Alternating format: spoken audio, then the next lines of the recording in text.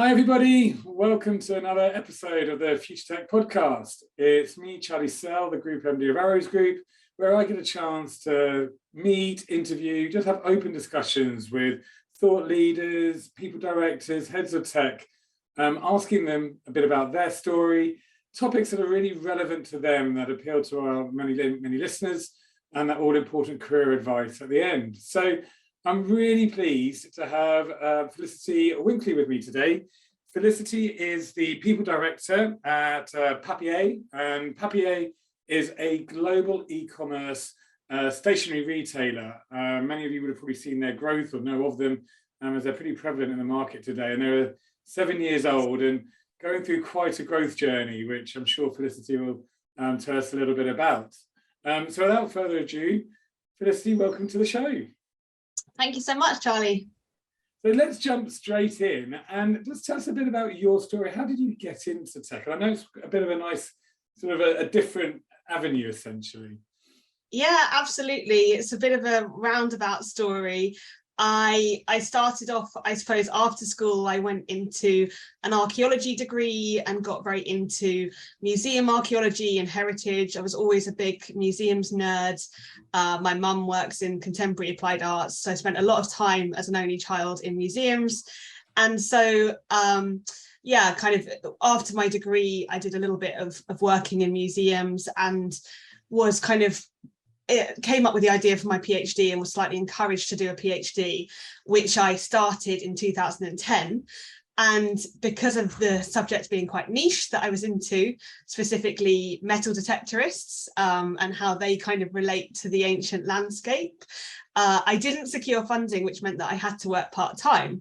So between kind of 2010, 2016, I did a number of different roles, and I ended up landing into Totally Money in 2016, which is a fintech, startup scale up at that point, had been around in the market for quite a few years. And that would have been towards the end of my PhD. So I was just kind of submitting, trying to do loads of publishing. I think I started there on something like 18 hours a week, and they were only about 42 heads. So that kind of suited them. But then over the next kind of 12 months, I really got a really good affinity for the business.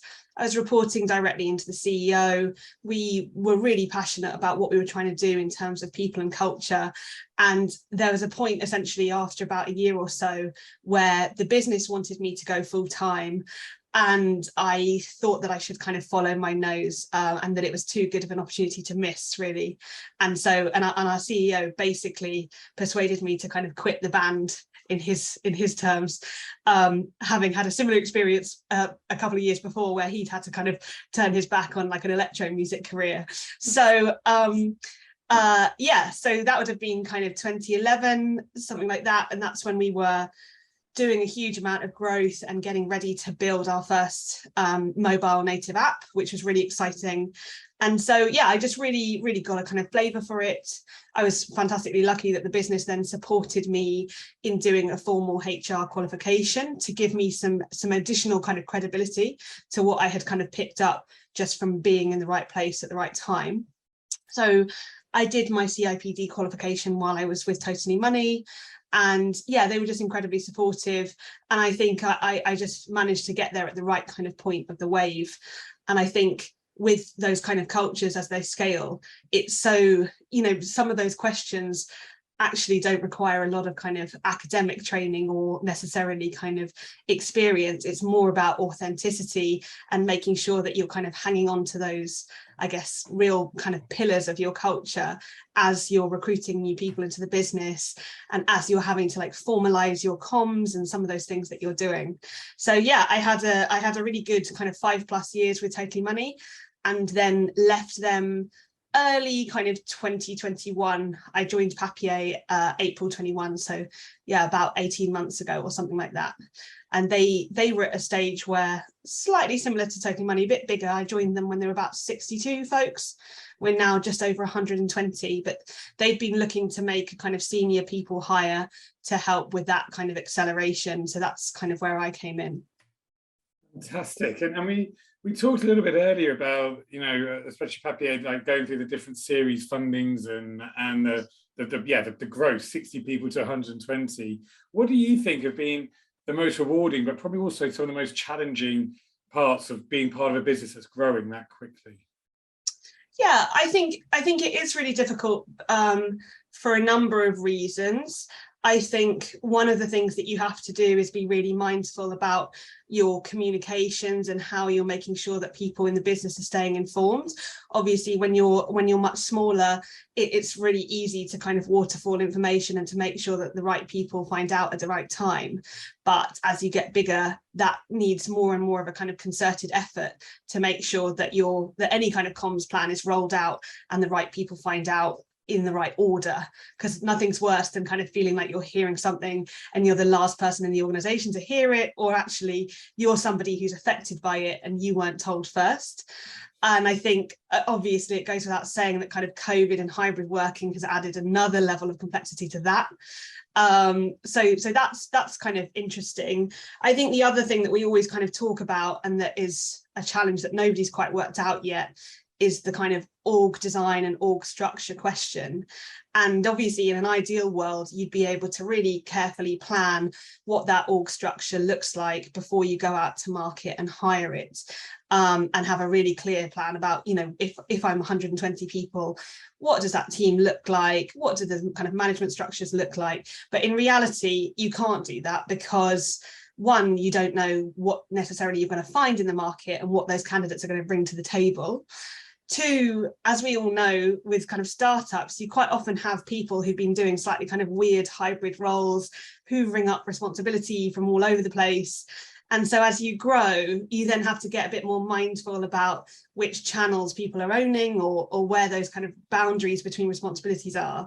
And so you might end up with somebody who's been in the business for quite a long time, who's a bit of a jack of all trades. But now, unfortunately, what you actually need is a real subject matter expert in a particular area.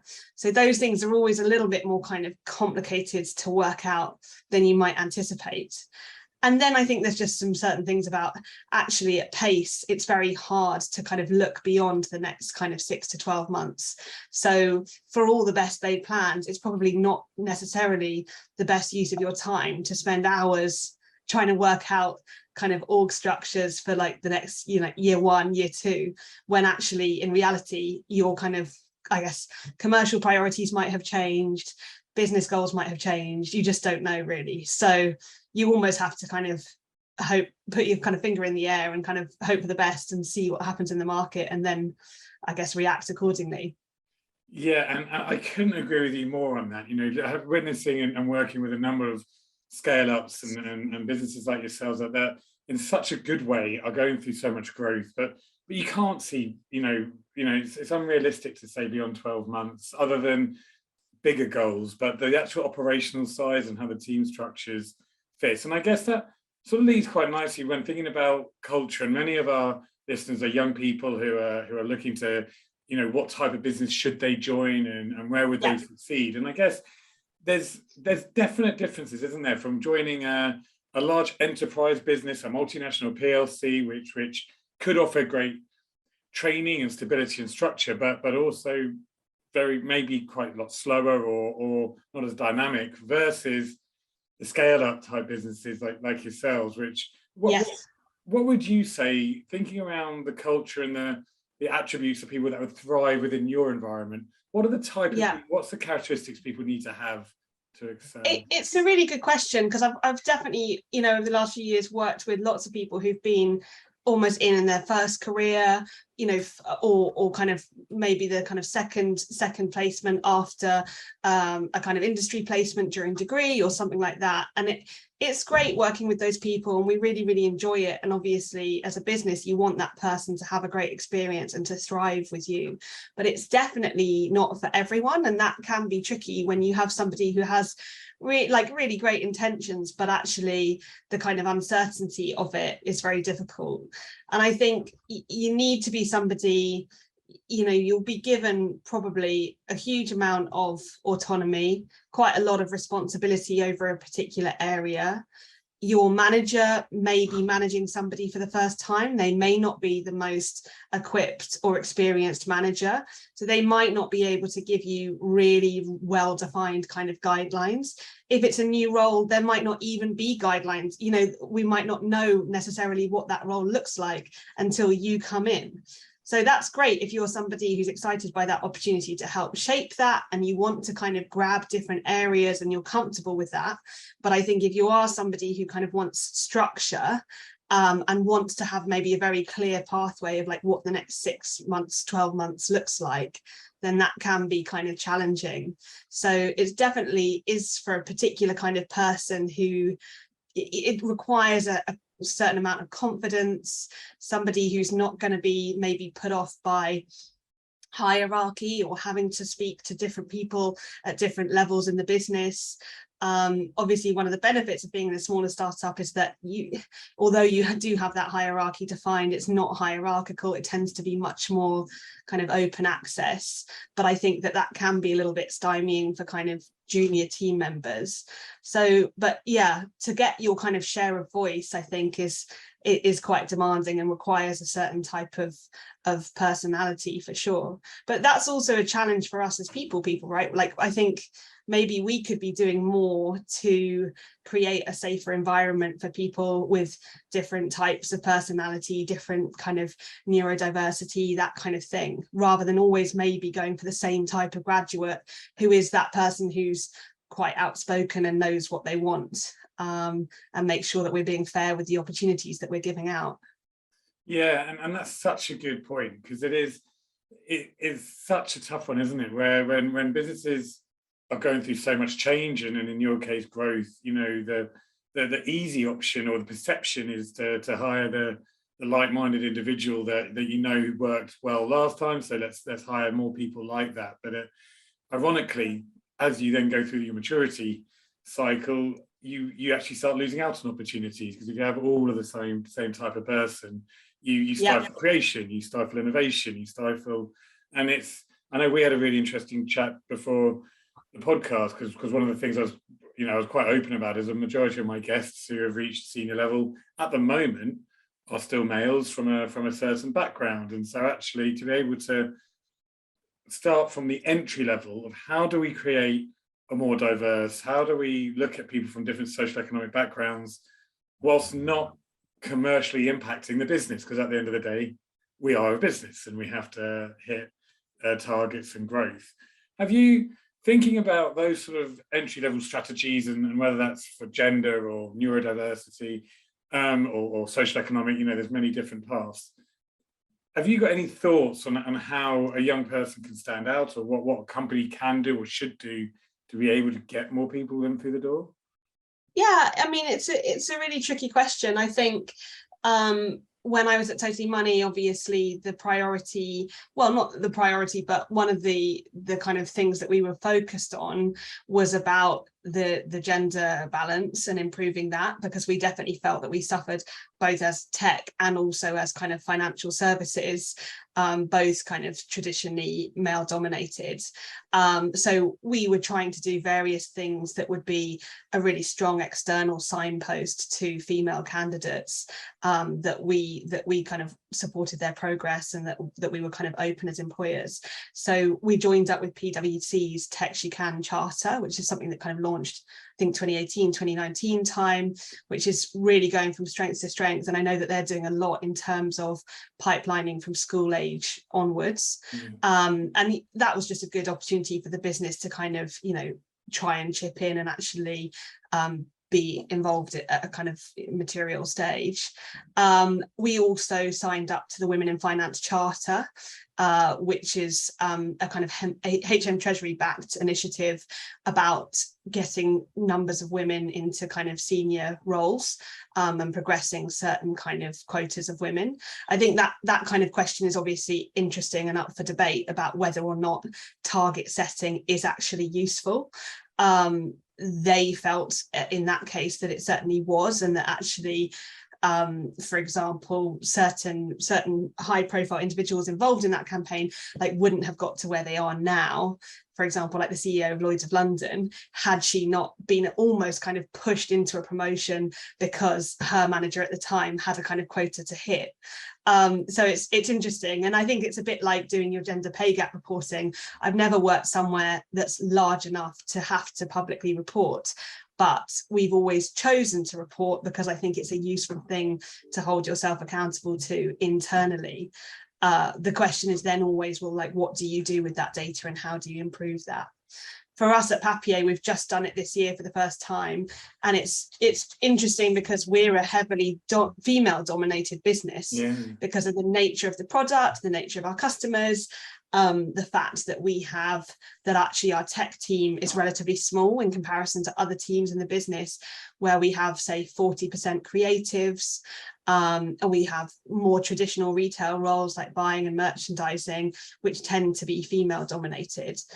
But the challenge is, especially when it comes to something like gender pay gap, you have a discrepancy between the market set pay rates for people in things like buying and merchandising, which is very standardized, versus what we're seeing now in like tech, data science, some of those roles where all it takes is for kind of one or two male candidates to kind of command an amazing salary as they come in, and that really blows your gender pay gap out the water.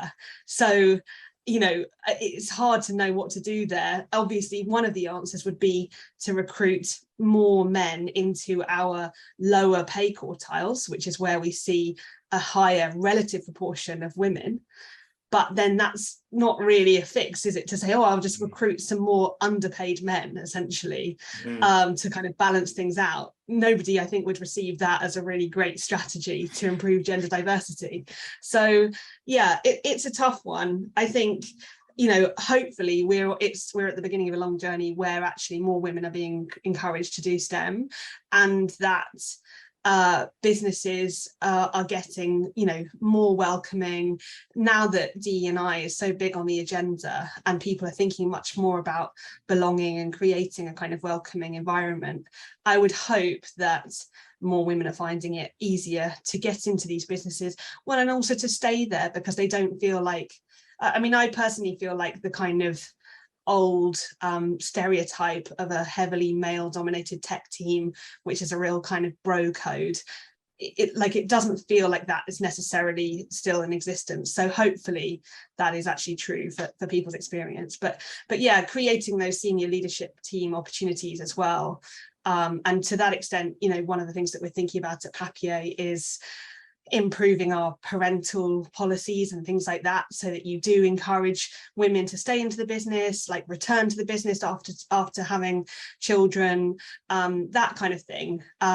Being flexible with your policies, and yeah, making sure that you know, that those women who do get to a kind of senior level don't then need to exit the business and kind of leave a hole there. Yeah, and you know what? That's actually so interesting. It's the first time I've thought about exactly how you've explained that with the gender pay gap, at least anyway, that, you know, coming from a female-dominated business, or a business that's wider than just tech, you know, because you've got many other departments. You're right. It only takes a couple of senior hires or a couple of hires within a specific part of that business, and unfortunately we know that salaries are inflated in tech because it's such a competitive it's such a competitive world. But if it's still a male dominated part of it, it can totally outsync the rest of the business. And I hadn't actually computed it like that in my head, but it makes total sense. So yeah, speaking to someone like yourself that has to look at the whole organization, how one department can probably unpick either the great work that you have as a general, or and as you said, yeah, an answer isn't to then go and underpay people, no matter where, you know, if gender or any type of different diversity. So yeah, hopefully, as you say, as we can get more people into STEM, and again, it's not just gender, it's different backgrounds, different socioeconomic. If we can get more people coming in, by nature, it will hopefully mean that certain departments are not biased and therefore impacting what we're doing. It's yeah, absolutely. And that's one of the things that we're thinking about at the moment, is things like work experience programs, kind of internship programs. You know, we've finally got to a size where we're big enough that we are contributing to the apprenticeship levy. So we may as well now start thinking about a strategy to kind of make use of some of that if we can. But like, what does a kind of meaningful program look like? And is that then something where you give people the opportunity to cycle across the whole business in departments? Or is that something where you offer very kind of focused opportunities in particular teams? And which teams, you know, it's tricky when you're a kind of startup or scale up and you're moving so quickly and you don't really have the kind of expertise to spare to think how you're going to provide a kind of meaningful 2-week opportunity for somebody that actually means that they can get their hands dirty and get some real work done, rather than some kind of slightly arbitrary shadowing. So that's the kind of thing that we're trying to set ourselves at the moment to figure out what that would look like, and then what the kind of best partnerships would be. Is that then that we go out locally to kind of schools and colleges around, you know, Camden, for example, which is where Papier is based, or do we try and join up with relevant kind of universities? We're obviously quite close to Central St Martin's, and we get a lot of people contacting us from there in terms of our design teams. So it's just thinking now about how to kind of provide really good opportunities, I think, to then, yeah, like you say, give people a decent exposure into actually what range of roles you have available within kind of startup and tech. Yeah.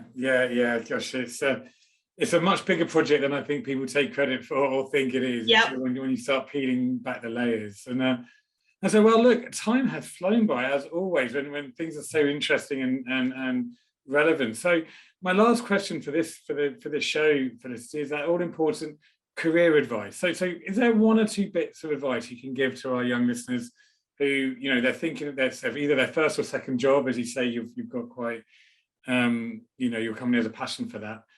What can they do to stand out or really sort of, put their head above the parapet, I guess? Yeah, absolutely. I think, I mean, I'm sure people have said it before, Charlie, and people say it again. I think a well-crafted like CV is really helpful. I know that we're not expecting people to have something that's hugely kind of filled out, but especially something at the top that kind of highlights maybe the kind of impact or like achievements that you've had in the last 12 months. I always find that a really useful thing. And even if you can kind of define, it's amazing how many people don't worry about like actually defining the kind of business that they've been working at. But actually, if it's something that I haven't heard of, save me Googling it, say that it's X number of employees, that they do this, that they've been established since X year, like that can all sit in one line, and it saves me 5 minutes. So that then helps me to know if it's a similar type of business or if it's something completely different. I'm sure that, you know, there's a debate about whether or not cover letters are dead, but I personally still like a decent cover letter that shows that you've engaged with why you're interested in the business, or if there's anything particular that you like about it, or maybe that you've looked at our careers page and you like the values, or you're interested in what we're doing for sustainability or something like that. Anything like that helps obviously capture our attention. But yeah, I think that's probably about it, really. But yeah, not to be, I guess the other kind of ask is not to be intimidated, and to, you know, we know that there's that kind of scary fact about women who don't apply if they don't tick absolutely all of the boxes. And I think as employers, we're now trying to put in a kind of shortcut against that in some of our job descriptions and making sure that they feel less intimidating. But I would just encourage people to apply, even if you think that you don't tick all of the boxes, because you never know, basically. And what a brilliant last point on that as well, because you're so right that, you know, obviously I live in the world of recruitment and I see it all the time that, you know, this it's a generalized stat, but it's quite a relevant one that, you know, generally a male will apply for a job if they're a 60% fit or above.